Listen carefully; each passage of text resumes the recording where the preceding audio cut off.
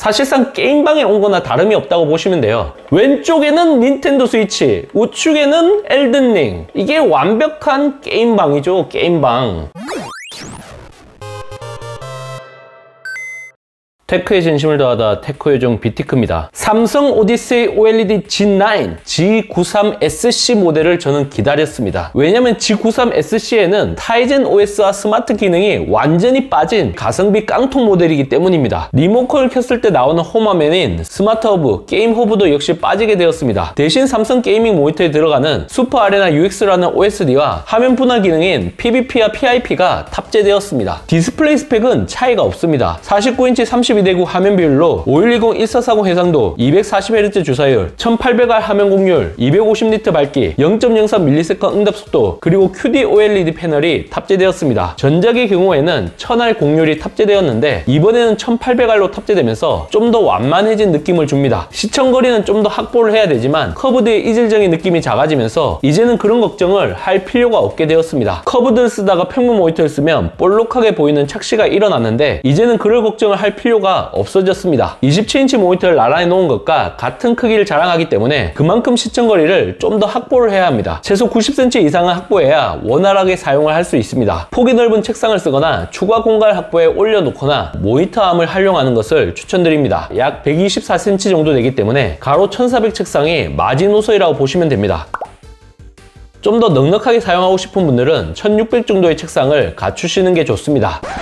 또한 와이파이 5와 블루투스 5.2, 무선 디스플레이 연결 등 무선 관련 입출력 기능이 다 빠지고 AI 화질 최적화, AI 사운드 최적화 플러스 기능도 제공되지 않습니다. HDMI 프로토콜이 빠졌습니다. 또한 ARC와 eARC도 빠졌기 때문에 알고 계셔야 할 것 같습니다. 기본 탑재된 스마트 앱을 이용할 때 사용하기 때문에 스마트 기능을 이용하시지 않는 분들은 상관이 없습니다. 본체 크기는 동일하나 스탠드 깊이가 G93SC가 5cm 정도 더 깊습니다. 또한 스탠드의 목 부분이 더 얇게 설계가 이루어졌고 소비 전력은 G95SC가 84W, G93SC가 87W로 좀 더 높게 설계가 이루어졌습니다. G93SC는 하나의 모니터로 두 개의 화면을 동시에 볼 수 있는 PIP와 PVP를 제공합니다. PIP는 화면 속의 작은 화면을 보조적으로 보여주는 기능이고 PVP는 화면을 분할해서 보여주는 멀티태스킹 특화 기능입니다. 오디세이 OLED G8과 같은 스마트 기능이 탑재된 제품에는 멀티뷰 기능이 탑재되어 있습니다. 이 멀티뷰는 HDMI나 DP 신호 한 개와 스마트 기능을 보여주기 때문에 사실상 반쪽짜리에 가깝습니다. 하지만 PIP와 PVP는 물리적으로 신호 두 개를 받을 수 있기 때문에 훨씬 더 파워풀하게 사용이 가능합니다. 한쪽에는 ROGLR 같은 UMPC를, 나머지 한쪽에는 닌텐도 스위치나 플스와 같은 콘솔 게임기를 각각 출력할 수 있습니다. 하지만 그만큼 부하를 많이 주기 때문에 주사율 제약이 발생하는데 최대 120Hz로 제한이 이루어지게 됩니다. 16:9, 16:9 이렇게 2분의 1로 사용을 할 수도 있고요. 아니면 21:9, 11:9로 분할해서 사용하는 것도 가능합니다. 21:9 같은 경우에 2분할로 사용하기에는 좀 애매한 부분이 있습니다. 정보 표시가 제대로 안 되는 문제가 발생을 합니다. 그래서 화면 비율을 인위적으로 줄이면서 사용을 해야 돼요. 얼마나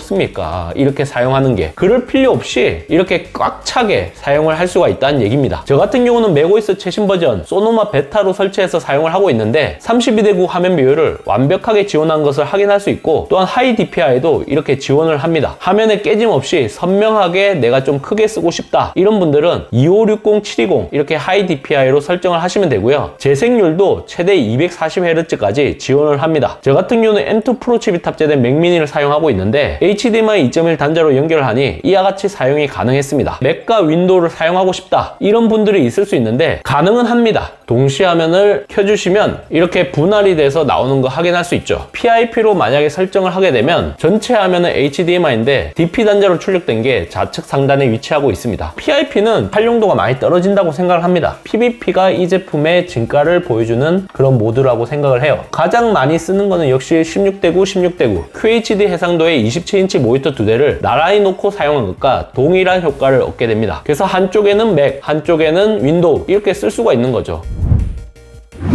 사실상 게임방에 온 거나 다름이 없다고 보시면 돼요. 왼쪽에는 닌텐도 스위치, 우측에는 엘든링. 이게 완벽한 게임방이죠, 게임방. 사실 이 두 가지 게임을 동시에 할 수는 없어요. 모바일 게임 같은 경우는 자동 사냥이 있으니까 그게 가능할 수도 있는데 컨트롤을 요구하는 콘솔 게임 같은 경우는 그렇게 플레이를 할 수는 없습니다. 가족, 연인, 지인 이런 분들과 함께 게임을 나란히 할 수도 있는 겁니다. UMPC 한 대, 노트북 한 대 이렇게 보유를 하고 있다면 한쪽에는 블리자드 배틀넷, 한쪽에는 스팀 게임 이런 식으로 플레이를 하는 것도 가능합니다. 개인적으로 추천드리고 싶은 조합은 바로 애플 TV와 같이 쓰는 겁니다. 유튜브, 넷플릭스, 디즈니, 웨이브, 티빙, 쿠팡 플레이 이와 같은 OTT를 틀어놓으면서 게임도 즐길 수가 있습니다. 게임을 진행하면서 공략이 보고 싶다, 유튜브에 들어가서 검색을 하시면 돼요. 애플 TV가 32:9 화면 비율을 지원하냐? 지원을 제대로 하지는 않아요. 화면이 늘려져서 보여지는 겁니다. 21:9 화면 비율까지는 포맷을 지원하지만 32:9 포맷은 별도로 제공하지 않습니다. 그래서 화면이 늘려진 상태로 볼 수밖에 없어요. 사람이 너무 널찍하게 나옵니다. 그래서 좀 많이 이질감이 들 수 있거든요. PVP로 보는 게 훨씬 더 낫습니다. 본인이 사용하는 장비가 많으면 많을수록, 겹치지 않을수록 이 제품의 활용 가치는 무궁무진합니다. PIP와 PVP는 HDMI 2개와 DP 단자 1개 이렇게만 구성이 가능하니 이 부분 참고하시면 좋을 것 같아요. USB Type-C 단자가 제공되지만 충전 기능이 없고 사실상 허브 역할을 하기 때문에 활용 가치는 거의 없다라고 보시면 됩니다. 대신 풀사이즈의 DP 단자와 HDMI 단자를 제공하니 이 부분은 일장일단이 있다고 보시면 되겠습니다.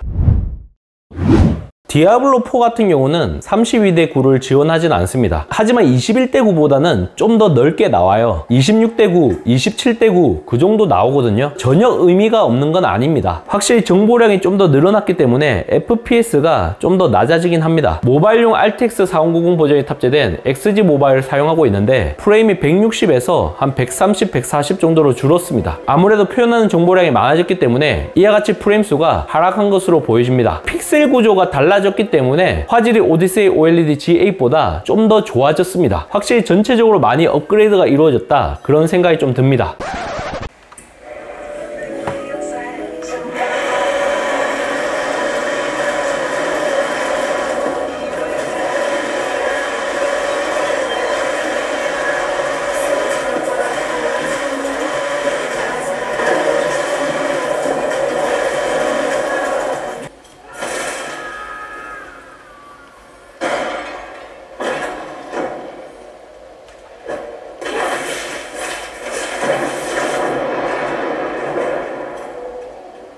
준비가 안 됐어.